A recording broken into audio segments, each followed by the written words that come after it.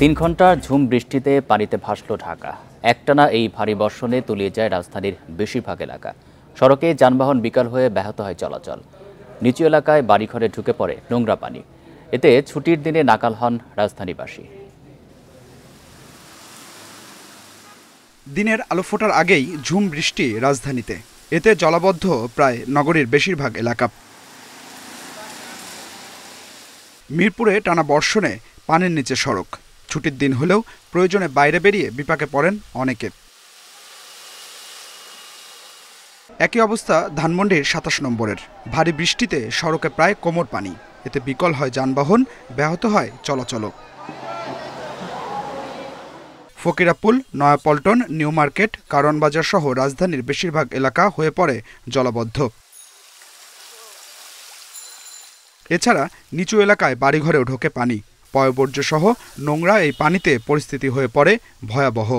আমি গ্যাসের বিল তুলতে যাচ্ছিলাম, এই জন্য আর কি পানি বেশি। বাট গত 2 বছরে এরকম কোনোদিন পানি হয় নাই এইখানে। অ্যাকচুয়ালি বৃষ্টি 3 ঘন্টা 4 ঘন্টা চলার কারণে এখন পানি ভরপুর হয়ে গেছে। আমাদের হাঁটা চলা করার জন্য অনেক সমস্যা সৃষ্টি হয়, যে অনেক কষ্ট করে আমরা যাচ্ছি, বাজারে যাচ্ছি, বাজার থেকে আসছি, এই যে রিক্সা গাড়ি ঠিকমতো পাওয়া যাচ্ছে না, অনেক কষ্ট হচ্ছে। এই মুহূর্তে দরকার নৌকা। স্থানীয়দের অভিযোগ, দীর্ঘদিন ধরে এই অবস্থা চললেও নিরসনে কোনো কার্যকর উদ্যোগ নেয়নি নগর কর্তৃপক্ষ। কালভার্ট এবং এই খাল বন্ধ করে দেওয়ার কারণে আজকে ডুবপাচি তলায় যেতেছে। ড্রেনেজ সিস্টেমই তো ঠিক হচ্ছে না। ড্রেনেজ সিস্টেম ঠিক না হলে তো আমাদের খুবই ভোগান্তি হয়। কাজ, অনেক রকম কাজকর্ম থাকে, আমরা করতে পারি না। ভোগান্তি তো পুরাটাই। এই গাড়ি বন্ধ, ঠেলে যেতেছি, কিছু করার নাই। 5 টাকার ভাড়া 50 টাকা দিয়ে রিক্সা ভাড়া করতে আছে। সবার লিগে ভোগান্তি, শুধু আমার লিগে একলা না তো। পরে পরিস্থিতি এতটাই সঙ্গীন হয়ে পড়ে যে সড়কে চলাচলে হাতে সময় নিয়ে বাইরে বেরোনোর পরামর্শ দেয় DMP. Adilur Rahman, independent news, Dhaka. রাজধানীর ঢাকা মেডিকেল কলেজ হাসপাতাল এলাকা থেকে যুক্ত হচ্ছেন সহকর্মী মোহাম্মদ ওমর ফারুক। ওমর ফারুক, এই মুহূর্তে আপনি যেখানে আছেন সেখানকার পানির কি পরিমাণ আছে, সেখানে সাধারণ মানুষের জন্য ভোগান্তি সম্পর্কে জানাবেন।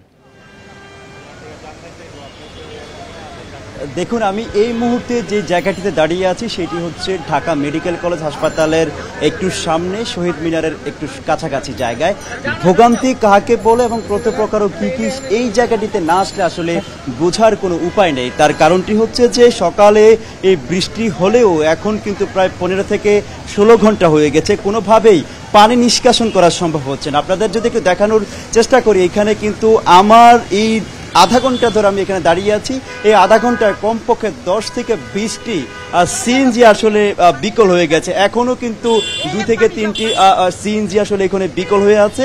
এবং এখানের যে ভোগান্তি, এখানকার মানুষ কিন্তু কোনোভাবেই যারা সাধারণ রোগী আছে হাসপাতালে যেতে পারছে না। তাছাড়া প্রাইভেট কার যেগুলো আছে, যেগুলোর নিচে ইঞ্জিন, সেগুলো কিন্তু এখানে বিকল হয়ে পড়ে আছে। তাছাড়া এই যে শহীদ মিনারের সামনের জায়গাটি থেকে শুরু করে পুরো জায়গাটিতে কিন্তু হাঁটু সমান পানির অবস্থা। অর্থাৎ এই 16 ঘন্টা ধরে কিন্তু সিটি কর্পোরেশনের পক্ষ থেকে বা যে প্রশাসনের পক্ষ থেকে কেউ কিন্তু এখানে আসেনি, জনপ্রতিনিধি কেউ আসেনি, যার কারণে পানি নিষ্কাশন করা সম্ভব হয়নি। স্থানীয়দের সাথে আমরা কথা বলেছি, তারা আমাদেরকে যে বিষয়টি জানিয়েছে, কুরবানির সময় যখন মানুষ কুরবানি দিয়েছে তখন যে ময়লা আবর্জনাগুলো যে ড্রেনে থাকার কথা ছিল সেইগুলো কিন্তু তারা কোনোভাবে সরায়নি, যার কারণে এই পানি নিষ্কাশন কোনোভাবেই সম্ভব হচ্ছে না। এই ছিল আর ঢাকা মেডিকেল কলেজের সামনে থেকে সবশেষ আমার কাছে। ঢাকা মেডিকেল কলেজ এলাকা থেকে জানাচ্ছিলেন সহকর্মী ওমর ফারুক। ব্লকেট কর্মসূচি না থাকলেও শুক্রবার রাজধানীর শাহবাগ মোড় অবরোধ করেন কোটা সংস্কারের দাবিতে আন্দোলনরতরা। সেখানে 1.5 ঘন্টা অবস্থান করে সন্ধ্যায় অবরোধ তুলে নেন। কাল কোনো কর্মসূচি নেই, আর পরবর্তী কর্মসূচি ঘোষণা করা হবে এদিন সন্ধ্যায়। শুক্রবার বিকাল থেকেই ঢাকা বিশ্ববিদ্যালয়ের কেন্দ্রীয় গ্রন্থাগারের সামনে জড়ো হতে থাকেন কোটা সংস্কার আন্দোলনকারীরা। সেখানে যোগ দেন আশপাশের শিক্ষা প্রতিষ্ঠানের শিক্ষার্থীরাও। এদিন ব্লকেট কর্মসূচি না থাকলেও মিছিল করে শাহবাগে যান তারা, করেন সড়ক অবরোধ। তবে এতে বাধা দেয়নি আইন শৃঙ্খলা বাহিনী। আন্দোলনকারীরা জানান, নির্বাহী বিভাগ থেকে সর্বোচ্চ 5% কোটার নিশ্চয়তা না আসা পর্যন্ত কর্মসূচি চালিয়ে যাওয়ার ঘোষণায় অটল তারা। প্রতিবন্ধীদের কোটা থাকবে, আমাদের নারী ক্ষুদ্র গোষ্ঠীদের কোটা থাকবে, কারণ তারা প্রত্যন্ত অঞ্চল থেকে সুযোগ সুবিধা পেতে পারে, কিন্তু এখানে মুক্তিযোদ্ধার কোটা কেন থাকবে? যে কোটার কারণে মেধাবীরা দেশে পর্যাপ্ত পরিমাণে যে মেধার থাকার কথা, যে মেধা অনুযায়ী যেই জায়গায় যাওয়ার কথা, এই জায়গায় যেতে পারছে না। তারা অভিযোগ করেন কিছু ছাত্র সংগঠনের নেতারা নানা ইন্ধন দিয়ে আন্দোলনকে বিতর্কিত করার চেষ্টা করছেন। এছাড়া কোটা সংস্কারে আইন করার দাবি তোলেন আবারও।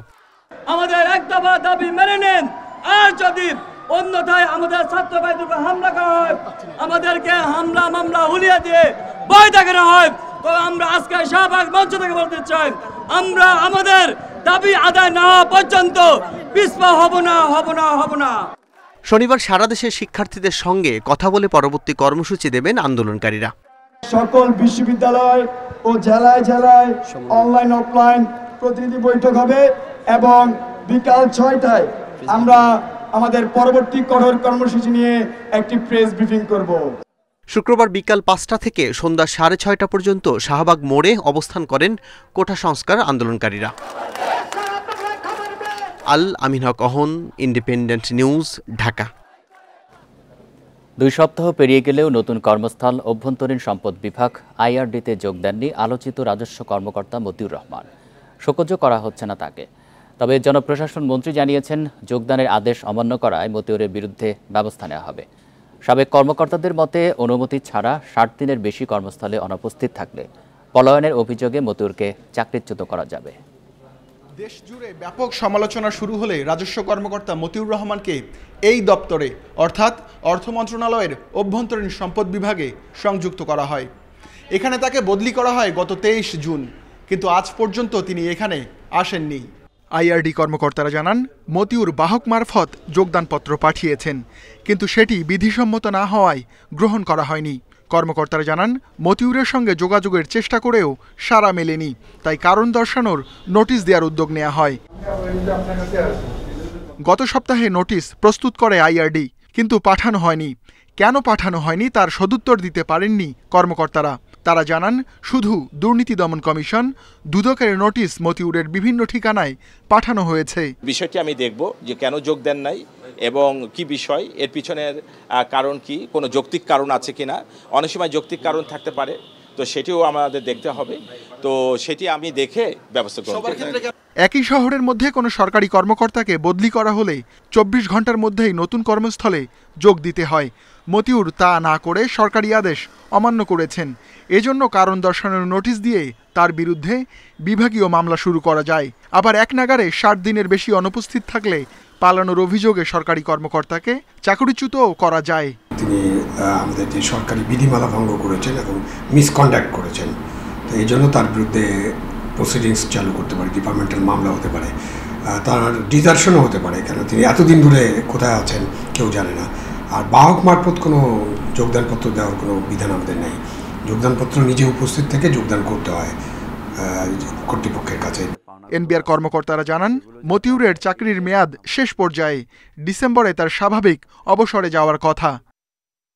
Ruhul Amin, independent news, Dhaka.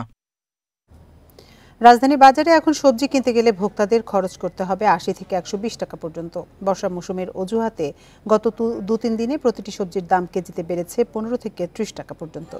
রাজধানীর হাতিরপুল বাজার ঘুরে দেখা গেছে প্রতি কেজি কাঁচামরিচ এখন বিক্রি হচ্ছে 280 থেকে 300 টাকায়, আলু বিক্রি হচ্ছে 60 থেকে 65 টাকায়, আর পেঁয়াজের কেজি এখন 120 থেকে 125 টাকা। ক্রেতাদের অভিযোগ, বিভিন্ন অজুহাত দেখিয়ে পণ্যের দাম বাড়াচ্ছেন ব্যবসায়ীরা। এতে নিত্যপণ্য কিনতে গিয়ে হিমশিম অবস্থায় আছেন তারা। এছাড়া বাজার মনিটরিং কমে যাওয়াকেও দায়ী করছেন অনেকে। এদিকে বিক্রেতাদের দাবি, মধ্যস্বত্বভোগীদের প্রভাবে বাজারে বাড়ছে প্রতিটি পণ্যের দাম। তাছাড়া পণ্যের ঘাটতির কথাও জানান তারা।